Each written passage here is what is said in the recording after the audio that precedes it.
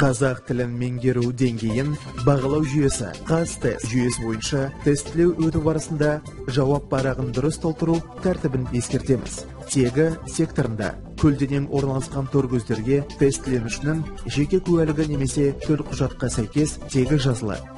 Әр әріптің астындағы торкөздерге сәйкес әріптері бар шеңберлер бойылады. Есімі секторында көлденең орналасқан торкөздерге тестіленушінің жеке куәлігі немесе төлқұжатқа сәйкес есімі жазылады.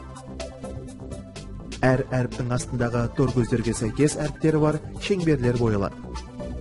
Келесі азаматтығы секторын кезекшімен бірге толтырылады және азаматтық кодының кестесі бойынша анықталады. Қазақстан Республикасы азаматтығының коды 01. Сектордың жоғарғы торкөздерінде 0 мен 1 сандары жазылады және торкөзде белгіленген сәйкес сандар тұрған шеңберлер бойылады. Келесі сектор ұлты кезекшінің көмегімен ұлттар кодының кестесіне сәйкес толтырылады. Мысалы, қазақ 01, орыс 02. Ана тілі секторы алдындағы ұлты секторына сәйкес толтырылады. Туған жылы секторына тестіленушінің туған жылының соңғы 2 саны енгізіледі.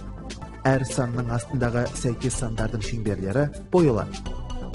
Санат секторы тестіленушілер санаты кодының тізбесіне сәйкес толтырылады. Мысалы, мемлекеттік қызметшінің коды 05.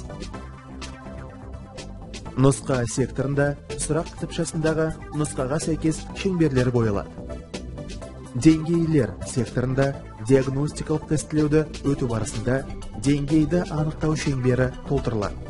Ал сертификаттық тестілеу өту барысында тестілеудің тапсырылып жатқан деңгейіне сәйкес шеңбер бойылады.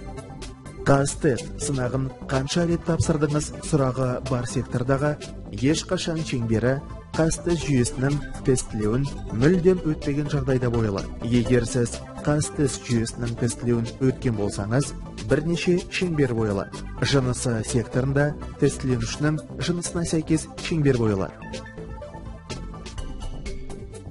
Қолтаңба секторына қол қоямыз. Тестілеу өткізілген күн секторында тестілеу өткен күнді жазамыз.